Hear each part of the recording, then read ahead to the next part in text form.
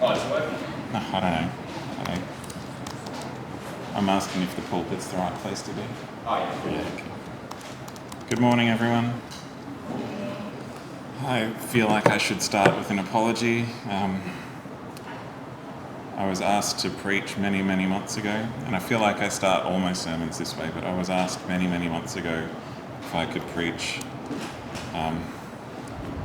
Doesn't mean anything. Connor asked me a few days ago what hymns I would like, and I hadn't even picked a topic for today, so that was doing really well. To be fair, it's been one of those years, so I eventually settled on talking about Naaman again, and the main reason for that is a sermon or two ago here I said, we looked at the story of Naaman and I picked one thing out of it, but I said at the time it was probably worth going back and having a look properly at some point. So this is what we're doing today. I might have to apologise to Wendy because I have talked about Naaman before at South Pine, but hopefully enough time has passed that she's conveniently forgotten everything.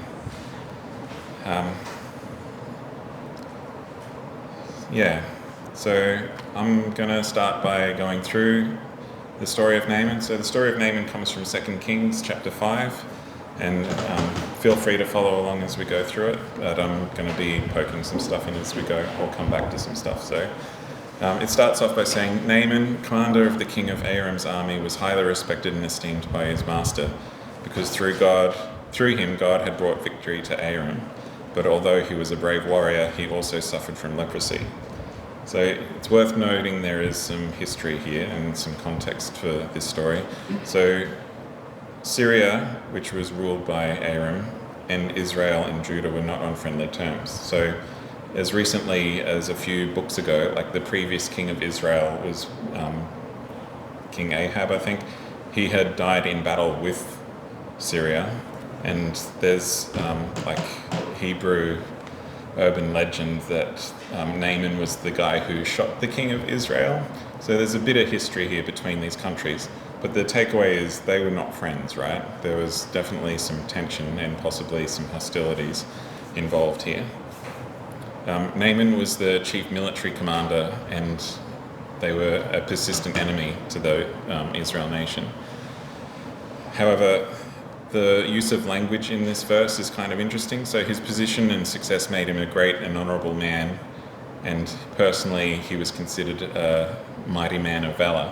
And it's interesting that the language that was used in this verse about his personal qualities is the same kind of language that is used for other characters in the Bible, like Gideon and David and some other characters throughout this history. But Naaman is the only Gentile that's specifically mentioned as a mighty man of valour in this same way. So at the very least, there's some respect from the author of Kings towards this man, and some respect, which is a theme we're going to find the whole way through this story. However, despite his success in life and the respect he had and his personal qualities, he suffered from leprosy, or wasting disease. So despite this, he was in a situation where he was suddenly faced with his mortality. There was a situation he had popped up, and all of a sudden he was no longer in control of his destiny. And all he really had to look forward to was an existence of pain and suffering and eventual death from this terrible disease. So the story in 2 Kings goes on in verse 2. Now, on one of the raids into Israel's territory, Aram carried away captive a little girl who became a servant of Naaman's wife.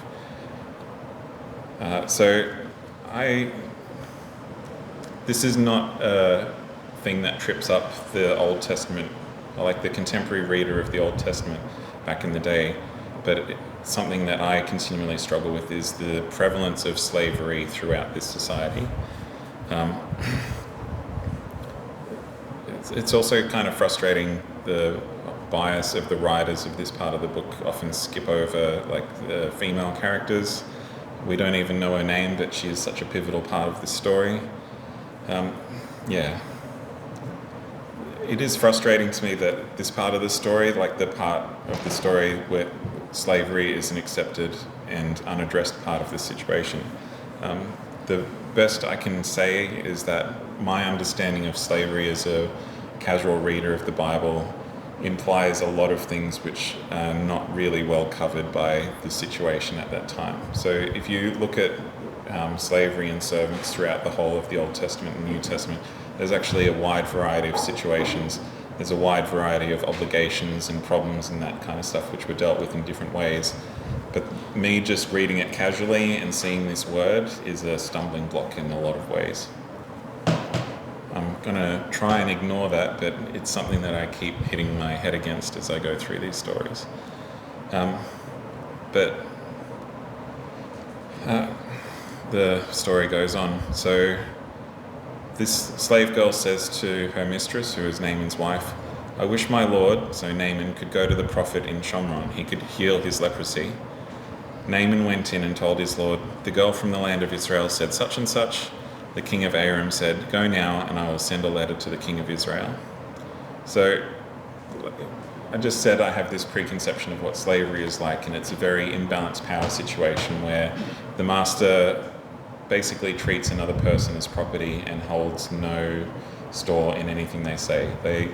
Like my idea of a slave in this time is the slave is like an appliance. This is like your toaster coming to you and saying, "I have some important information about your well-being." My preconception about that situation would be I would immediately discount any advice given to me by an electrical appliance, especially one made in 2024, because they're just the worst. But the fact that the slave was enough of a part of the household and respected enough to be able to talk to Naaman's wife, and Naaman's wife in turn was able to present that information to Naaman, and then for Naaman to go to the king and explain what's going on, like, it's not as bad as I initially imagined. So my hope in this situation is, despite the use of the term servant or slave, let's just say they're unfortunately mandatorily employed part of the household is a nice way of putting it, or a nicer way of putting it. But my point is, like, there's some concern on this girl's part for Naaman. Like, there's enough of a relationship there for the slave. Like, if it was a bad situation, she would not be trying to say, help Naaman in any way, shape or form. She would be doing her best to get out of this situation as soon as possible. But the fact that she did have this concern is kind of interesting, right? But even if it was a bad situation, let's try and put ourselves in her shoes for a moment. If we were in this situation, do we think we would have enough compassion for the people around us, particularly people who have coercive control over us, to be concerned for their well-being, right? And it shows, and the fact that Naaman took on this advice further reinforces what was said earlier in the chapter, where Naaman was considered a great leader and a person with great personal qualities. The fact that he could take advice from someone in such a low position and actually take the message without dismissing it because of the messenger says a lot for him, I think. And there are, I can stretch this a bit more, there are some parallels between the slave's situation and Naaman's situation. They are both trying to deal with a situation where they don't have control. The slave is in a slave situation, but Naaman is sick as well, right? So, yeah, in both these situations, they're trying to find compassion or a way out or something like that. I did say that was a bit of a stretch, but I felt very proud of myself coming up with it. And the fact that Naaman was able to then take this to the king and presented his advice from the Israelite slave girl, and for the king to take it on face value as well, was also kind of impressive. The fact that, both Naaman and the king understood that Naaman was in a hopeless situation, but they both realized that they had nothing to gain by sitting there and doing nothing about it. So I don't think the king had confidence that Israel could help, But if they could, he had everything to gain from this situation, right? So we often say you miss 100% of the shots you don't take. That's exactly what's going on here. So the story goes on. So Naaman set out, he had the letter from his king, and he took with him 660 pounds of silver, 6,000 pieces of gold, and 10 changes of clothes. So just to give you some context, well, again, back at the start, I said that the kingdom of Syria, or the country of Aram, it was in hostilities with Israel and Judah, right? So an entirely plausible response in this situation was for them to go on the attack and invade Israel, going, please give us your miraculous healing, or we will fight you for it, basically. The fact that they went trying to do the right thing or a better thing in this situation, like they came with payment for services rendered rather than trying to take something by force. But yeah, so 660 pounds of silver. The way that works out, it's about 340 kilograms of silver. So it's not like he put his credit card in his wallet and went down the whole end of the street. Like, this was a serious undertaking. There were a bunch of people, it was basically a caravan, right? So they've got 34 kilos of silver. If we look at current prices for silver, does anyone know what a kilogram of silver in Australian dollars is at the moment? That's partly a relief. So a kilo of silver in Australian dollars is between $1,400 and $1,700. So just in 340, so he had 340 kilos of silver, not 34 kilos of silver. So he was carrying about $500,000 in silver with him. He also had 6,000 shekels of gold. So a shekel was a gold coin. It wasn't a precise weight, so we're not precisely sure how much gold he had, but the estimate is it was around 69 or 70 kilos of gold. So does anyone know how much a kilo of gold is? A kilo of gold is currently at around $130,000 Australian. So he had 69 kilos of gold, which is about 9 million Australian dollars on him. So he was carrying some serious cash to deal with this situation, right? But yeah, this was a political situation as well, though. So the fact that the king had written a letter to the king of Israel and expected the king of Israel to do something was,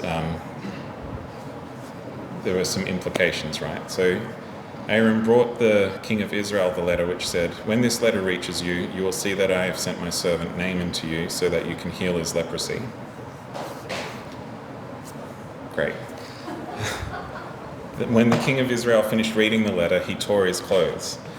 Am I God able to kill and make alive, he said, so that he sends me a man to heal of leprosy? You can see that he is only seeking an excuse to quarrel with me, which is an entirely predictable response, but it kind of misses the point, right?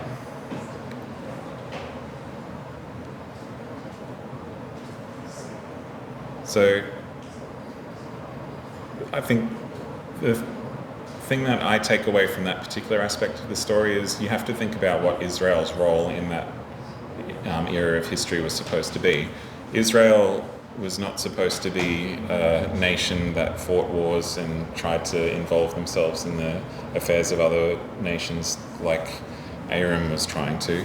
Israel was supposed to be representatives of God on earth, and it was supposed to show people the benefits of the relationship with God and also be accepting of other people wanting to come into the fold. So in a lot of ways it was like what we think a church should be.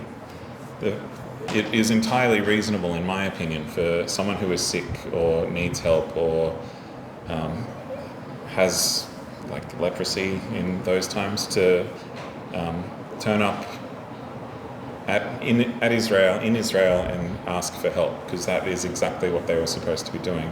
But the fact that the king is like, I'm not God, but he's supposed to be the representative of God, is really missing the point.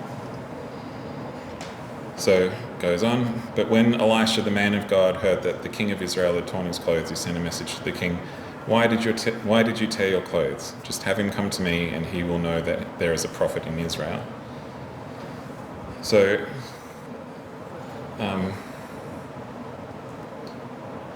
yeah.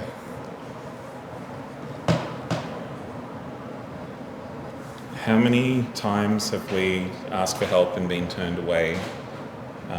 And how many times have we been met at the back door of an institution by someone going, actually, this is the way you get the help? Why are our institutions set up so that officially they can't promise anything or deliver anything, and it's up to people to go around the back and try and fix up the situation for people? Again, another parallel to modern day church institutions, in my opinion. So I think the king was kind of relieved and sent Naaman on his way, and the story goes on. So Naaman came with his horses and chariots and stood at the door of Elisha's house. Elisha sent a message to him who said, "Go and bathe in the Jordan 7 times. Your skin will become as it was and you will be clean." But Naaman became angry and left, saying, "Here now, I thought for certain that he would come out personally, that he would stand, call on the name of God, and wave his hand over the diseased place and thus heal the person with leprosy. Aren't the Amana and Papa, the rivers of Damascus, better than all the water in Israel? Why can't I bathe in them and be clean?" So he turned and went off in a rage. But his servants approached him and said, "My father, if the prophet had asked you to do something really difficult, wouldn't you have done it? So doesn't it make even more sense to do what he says when it's only bathe and be clean?" So he went down and immersed himself 7 times in the Jordan, as a man of God had said to do, and his skin was restored and became like the skin of a child, and he became clean. So there's a lot there. Let's go through some of it. Again, my understanding of the relationship between servants and a master is challenged here. So I casually reading a story about a servant in a situation with an enraged master is enraged master would be a thing to fear if the master does not value the life of the servants, right? But here we see his underlings able to approach and reason with Naaman even though he's upset.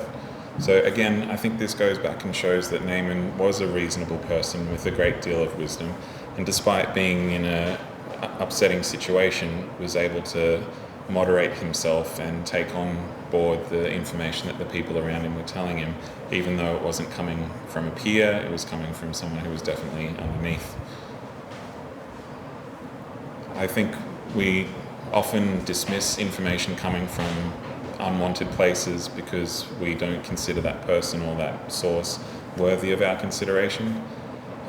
I think the takeaway from me constantly through this story is it doesn't matter who says something. The challenge is to take whatever information is given to you and find the best outcome from it. The other thing that pops out to me, so in this story, Elisha doesn't even talk to Naaman, right? He sends a messenger out to talk to him.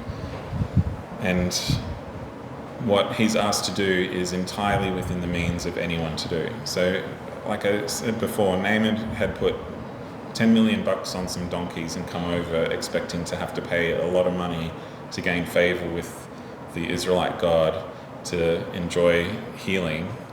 And what happens is Elisha says, "I don't care about any of that. You just have to do this simple thing that anyone is able to do and you will enjoy healing," right?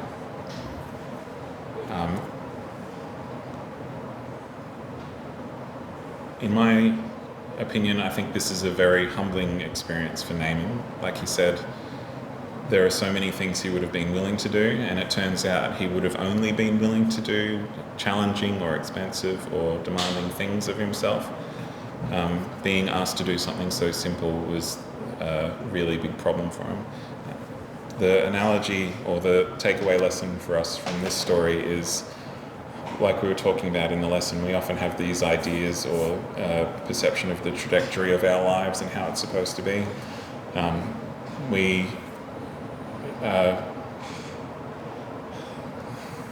A lot of situations, like we have these expectations that have been set up for us, or think we have some idea about where it's supposed to be going. And when it's pointed out that we're overcomplicating it, or it's not as difficult as it as we think it should be, or we've overcomplicated it for ourselves. I feel like, well, our experience has been that we don't take that advice particularly well. And that's exactly the response that Naaman has here. The other thing, if you look bigger picture, is this is like a parable of the story of salvation. We have all these expectations that if we do the right thing, or if we have enough staved up behind us, that then we can come and make demands of Jesus and expect our salvation. And like Naaman had done that. He had got the letter from his doctor, he got the letter from the king. The implication behind the king of Aram asking the king of Israel to help heal his soldier is there are consequences if you don't. He brought the cash, he was ready to pay and all this kind of stuff, and at the end of the day it was worth literally nothing. All he had to do was ask and do a simple thing in return. And these are things that any of us can do, and any of us should be able to do. We should have the confidence to go to God and ask for healing or forgiveness, no matter what we have behind us, as much as we have or as little as we have. The other takeaway for me is that it is useful to have people around you who exercise good judgment as well. So I don't think he had his servants there just to hold the donkey's reins while they were pulling the silver around. I think they were actually a trusted part of his family, and they were trusted, let's say they were like brothers or sons in this situation. But keeping good people around you means that you have a much higher probability of receiving good advice from the people around you. It feels almost tautological to say that, but the better your company, the better your advice is going to be, basically. But it is also challenging to take on that advice, which I've said several times. So, what was the difference between the king and Elisha in this situation? Like, why couldn't the king do what Elisha had done? Did Elisha actually do anything? And I would argue that no, Elisha did not. All Elisha did, like, he didn't even come out to say hi to Naaman. I think he tried to remove himself from that situation as much as possible to make the focus more on what God is doing for Naaman rather than what Elisha is doing as a conduit for God. But my disappointment is in the king of Israel. That's exactly what he should have been in this situation as well. He should have had the confidence and the relationship with God to know that he wanted to help anyone and offer the same facility and the same support for Naaman, regardless of the everything else going on. And that was what his job should have been as the king of Israel. He should have been one of the best representatives of the nation. And it's unfortunate that it's an annoying prophet further out in the countryside who has to do his work for him. It makes me wonder what the point of the king was at all, to be honest.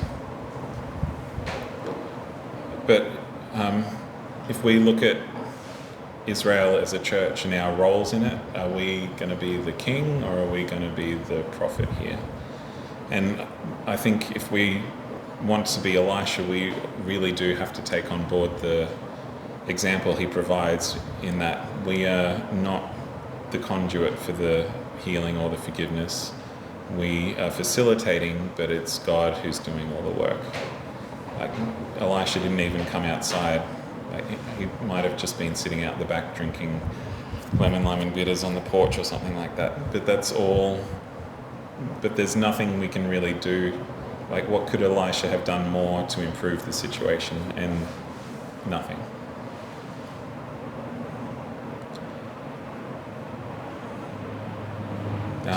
Yeah.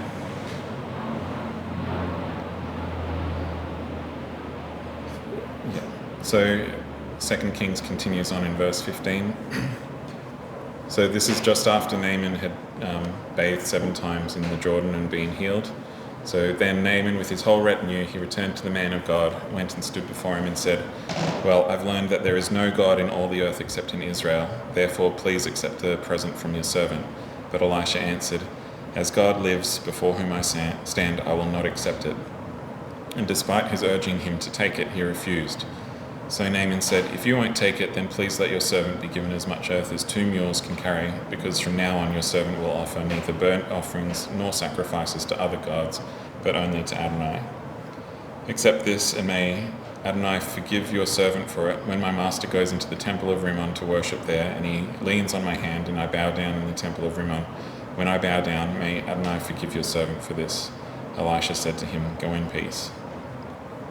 So if we're taking on Elisha as an example of behaviour to follow, what does his refusal of payment in this situation demonstrate to us?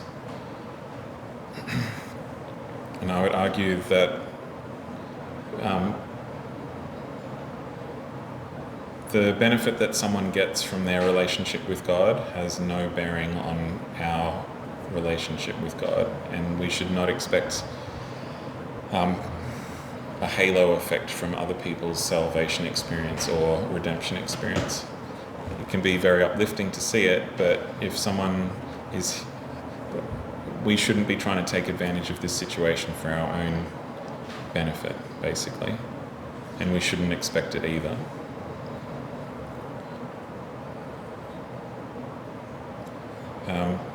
I was talking to my dad about this last night, and he pointed out, he focused on this bit where Naaman asks, "Please let your servant be given as much earth as 2 mules can carry, because from now on your servant will offer neither burnt offerings or sacrifices to other gods, but only to Adonai."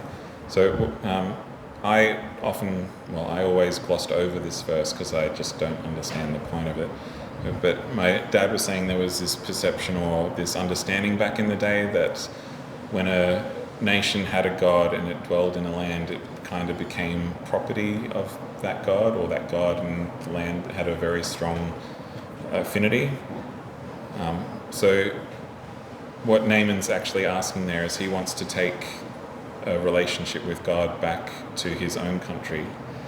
He wants to take that connection between the people and God represented by the land.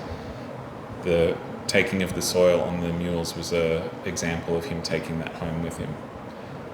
I'm not sure how convinced I am of this argument, but it's the least worst idea I've been presented with for why this part of the story exists. So if we look at Naaman as a newly converted Christian, right? What does his experience and his story tell us about our experience as believers? In my opinion is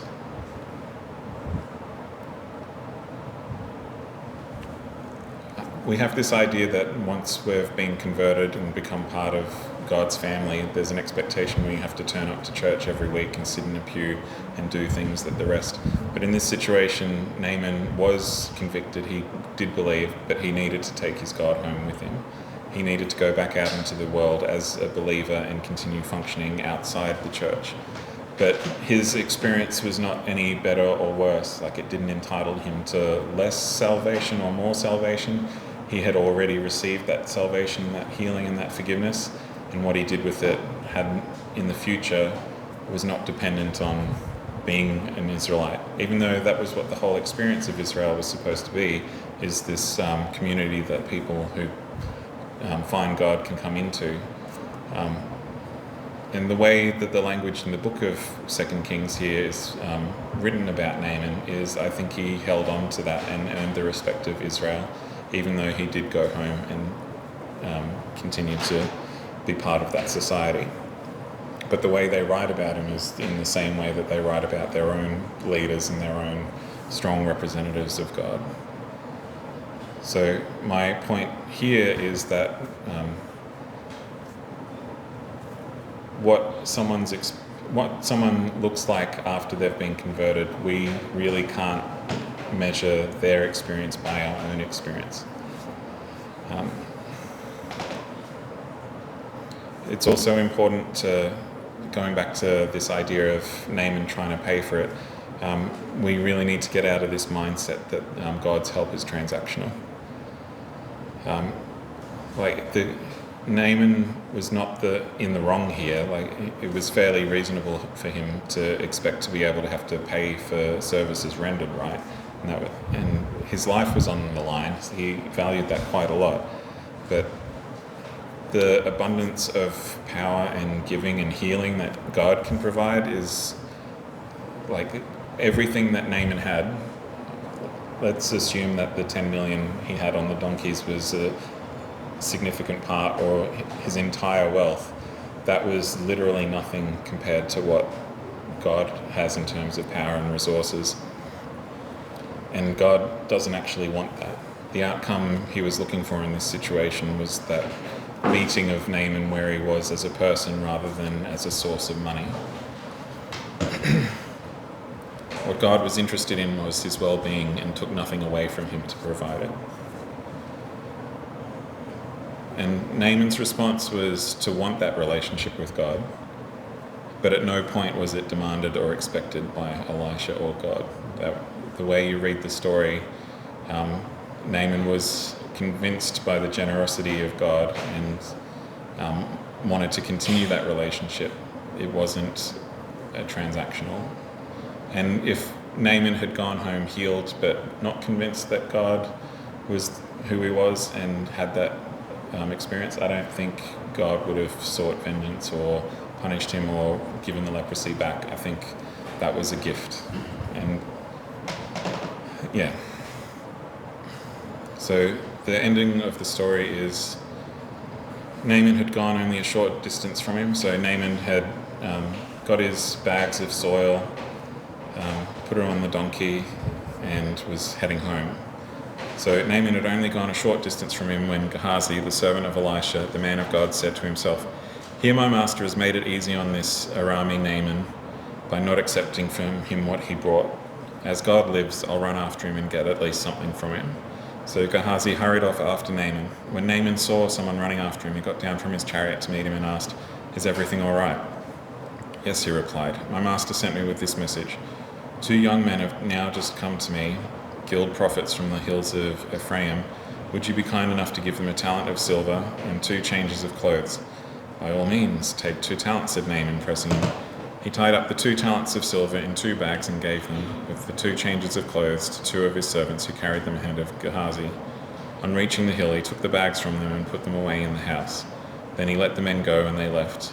He went in and stood before his master. Elisha asked, "Where have you been, Gehazi?" "Your servant hasn't gone anywhere," he said.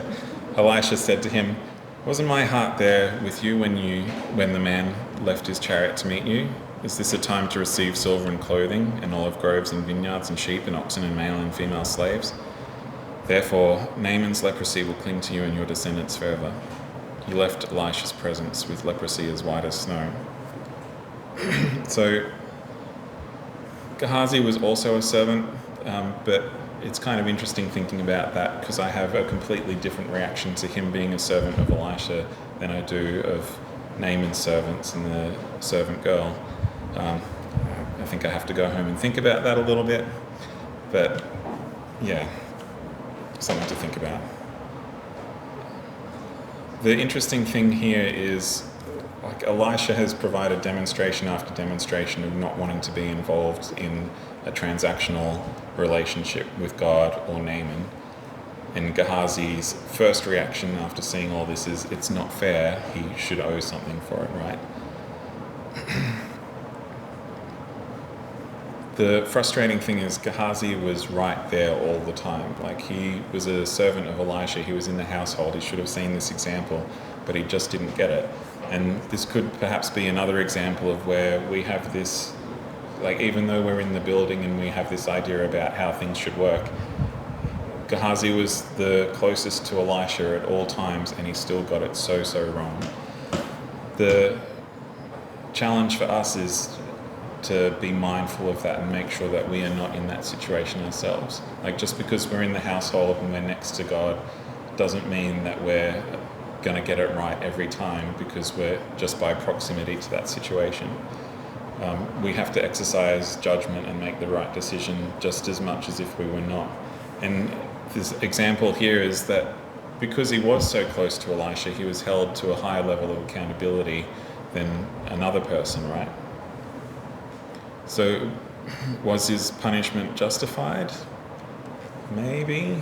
I read this and my question is, where's the grace in this situation? Interesting ideas to think about. I don't have a good answer to that question, but it is something worth thinking about. I do believe it was worse for him because he should have known better.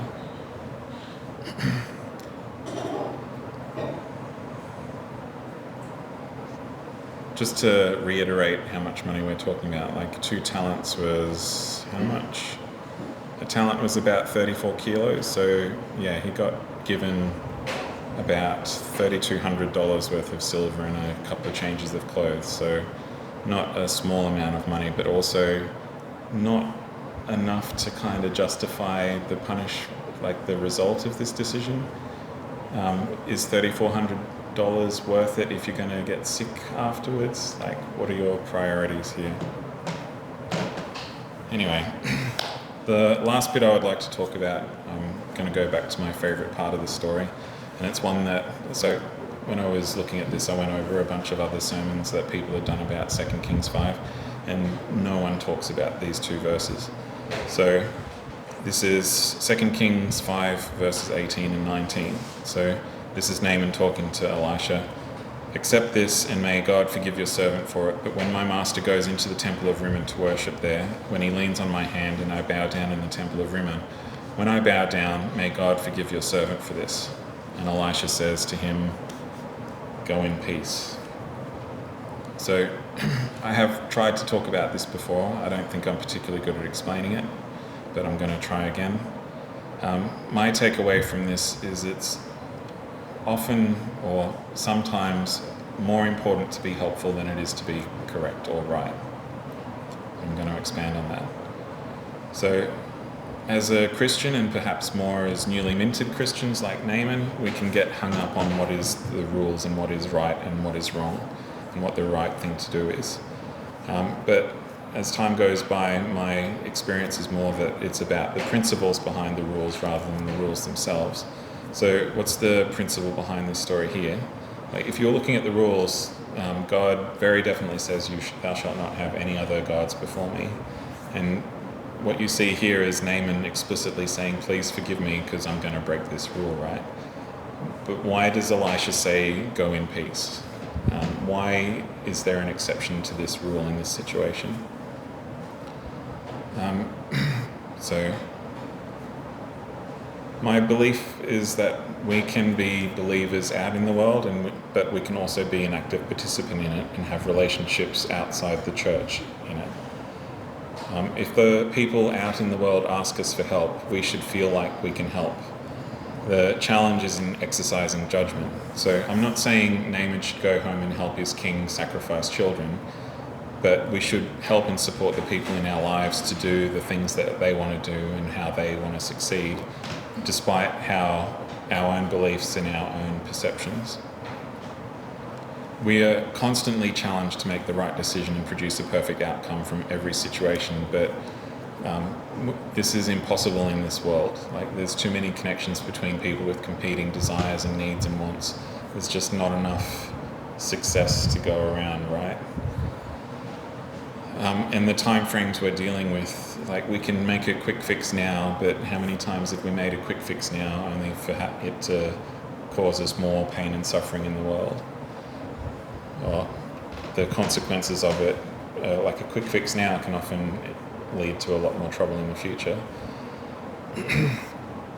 The outcomes in this story are an example of how not every situation can be resolved nicely in all situations. Like, I keep talking about these slave and servant roles. Why couldn't Elisha have asked for the slave girl to be payment for his healing from Naaman? But it was not addressed at all. Like, would that have been a better outcome? Yeah. My experience is often that it's better to help people work through something than tell them up front that it's not going to work.